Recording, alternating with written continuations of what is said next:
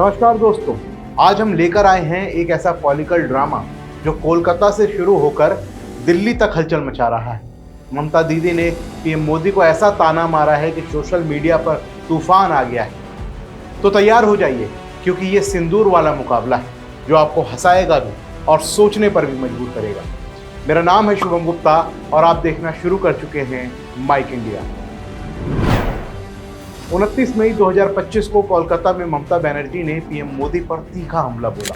उन्होंने कहा, मोदी जी ऐसे बात करते हैं जैसे हर औरत के पति हो, अपनी पत्नी को सिंदूर क्यों नहीं देते। अरे दीदी, ये तो सीधा दिल पर वार है। दीदी ने आगे कहा, मैं इस बारे में बात नहीं करना चाहती, लेकिन आपने मुझे मजबूर कर दिया। आपको बता दें कि दीदी का ये स्पष्ट रूप से एक व्यक्तिगत हमला है। किसी नेता के निजी जीवन, विशेष रूप से उनके व्यवहारिक संबंधों को राजनीतिक बहस में लाना अनुचित और अस्वीकार्य है। ये टिप्पणी राष्ट्रीय मुद्दों को ध्यान से हटाती है और राजनीतिक बहस में निम्न स्तर पर ले जाती है। ममता का ये कदम राजनीतिक शिष्टाचार की कमी को दर्शाता है और उनके तर्कों की कमजोरी को उजागर करता है, क्योंकि उन्हें नीतिगत मुद्दों के बजाय व्यक्तिगत हमलों का सहारा लेना पड़ा है। अब थोड़ा पीछे चलते हैं।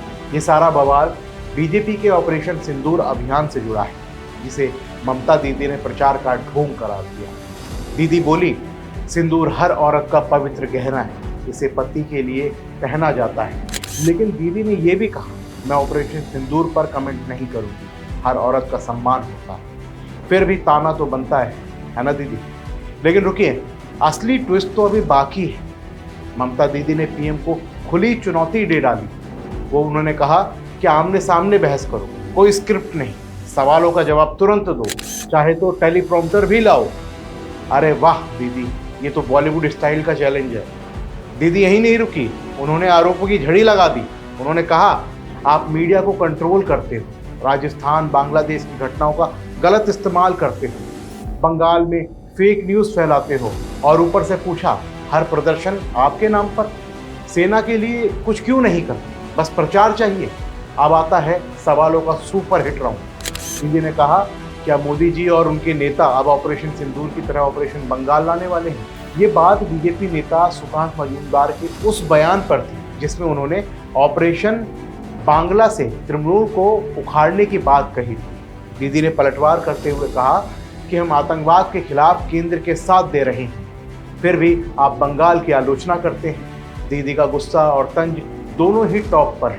9 जून 2025 से ऑपरेशन सिंदूर शुरू हो रहा है, वही दिन जब पीएम मोदी ने तीसरी बार शपथ ली थी, यानी जिस दिन मोदी 3.0 का आगाज हुआ था।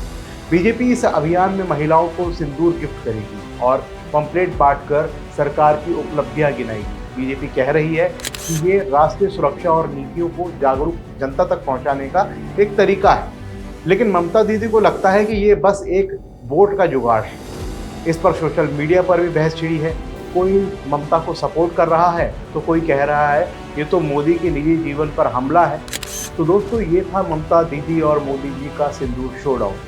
ममता बनर्जी की टिप्पणियां व्यक्तिगत हमलों, गलत सूचना और बिना सबूत के आरोपों पर आधारित है। उनका पीएम मोदी के निजी जीवन पर हमला, ऑपरेशन सिंदूर की गलत व्याख्या और मीडिया नियंत्रण के आरोप राजनीतिक बहस में अनुचित और भ्रामक है।